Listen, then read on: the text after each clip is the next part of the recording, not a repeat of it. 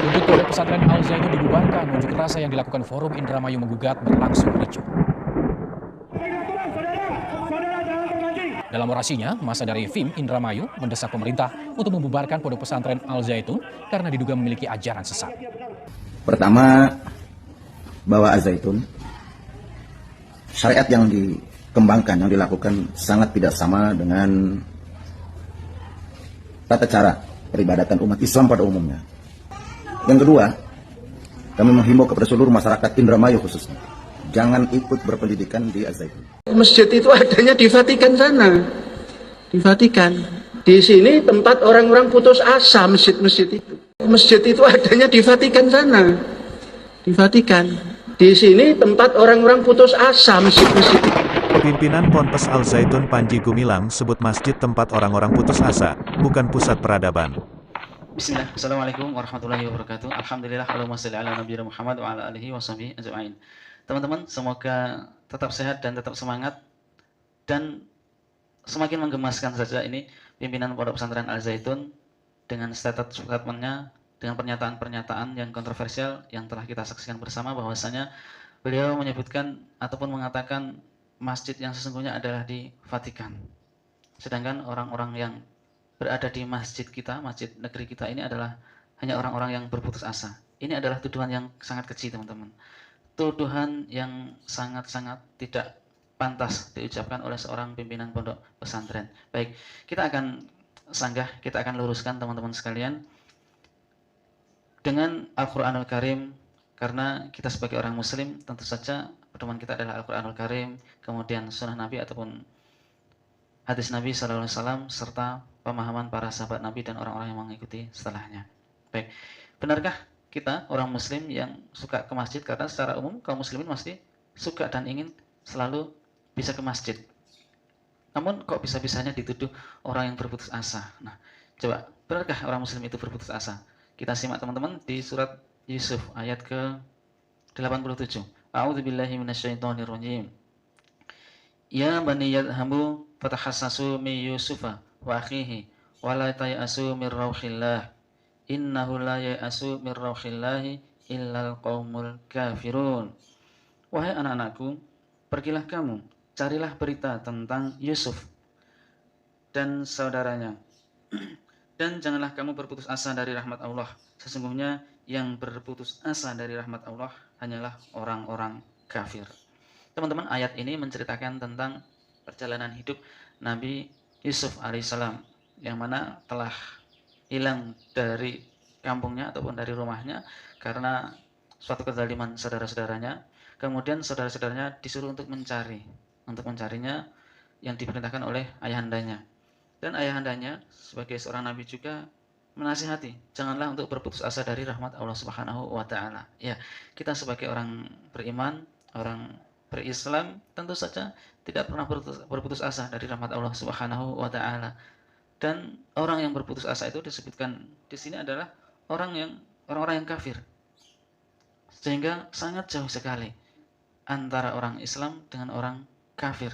Orang Islam adalah orang yang selalu mengharapkan rahmat Allah Subhanahu wa taala. Sedangkan orang kafir, mereka adalah orang yang berputus asa. Artinya adalah teman-teman sekalian, Panji Gumilang ini telah melakukan penuduhan. Menuduh yang sangat keji. Menuduh yang sangat memalukan sekali. Dan di antara teman-teman sekalian, kita tidak berputus asa terhadap rahmat Allah Subhanahu wa taala karena semua tentu saja sudah ditakdirkan oleh Allah Subhanahu wa taala. Sebagaimana hadis Nabi sallallahu alaihi wasallam yang sudah kita sering dengar, kataballahu maqadirul khalaiqi qabla ay yakhluqas samawati wal arda bi khamsina alfasanati.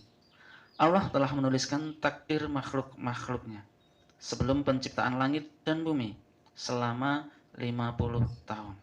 Artinya takdir makhluk-makhluknya termasuk kita manusia, hamba Allah, telah Allah tulis takdir kita semuanya sebelum penciptaan langit dan bumi 50 tahun sebelumnya. Artinya semuanya sudah ditakdirkan dan kita tinggal menerimanya saja, teman-teman sekalian. Dan sebagai orang muslim ada 3 keadaan.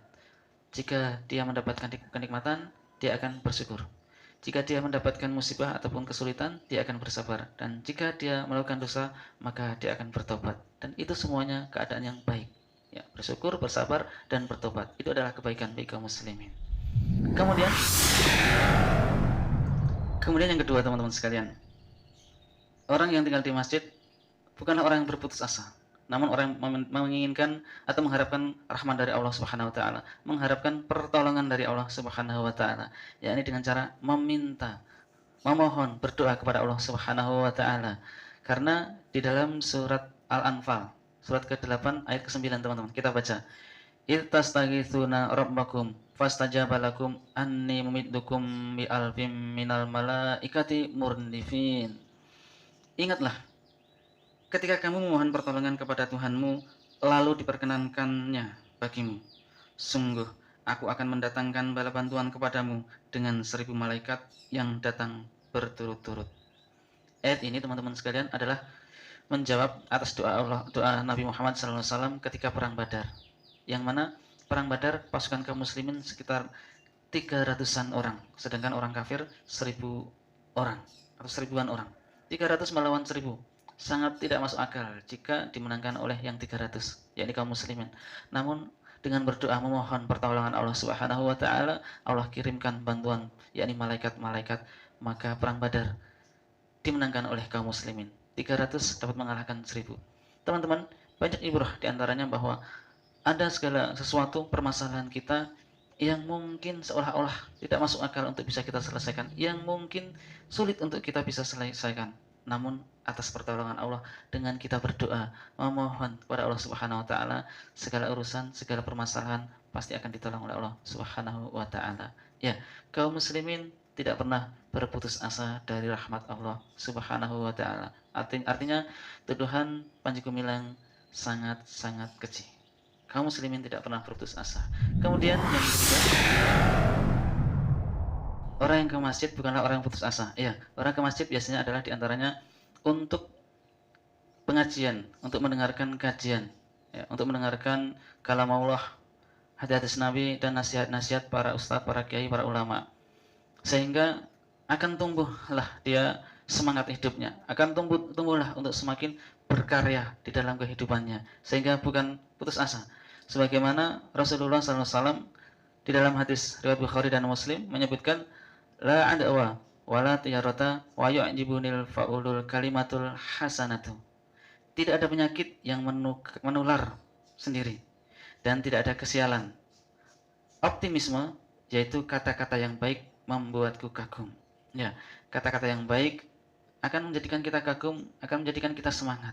Dan itulah diantara manfaat kita untuk hadir di majelis taklim, diantaranya biasanya adalah di masjid-masjid, sehingga hidup kita akan lebih bergairah, hidup kita akan lebih bersemangat, hidup kita akan lebih berusaha berkarya, dan tentu saja untuk menjadi orang-orang yang baik.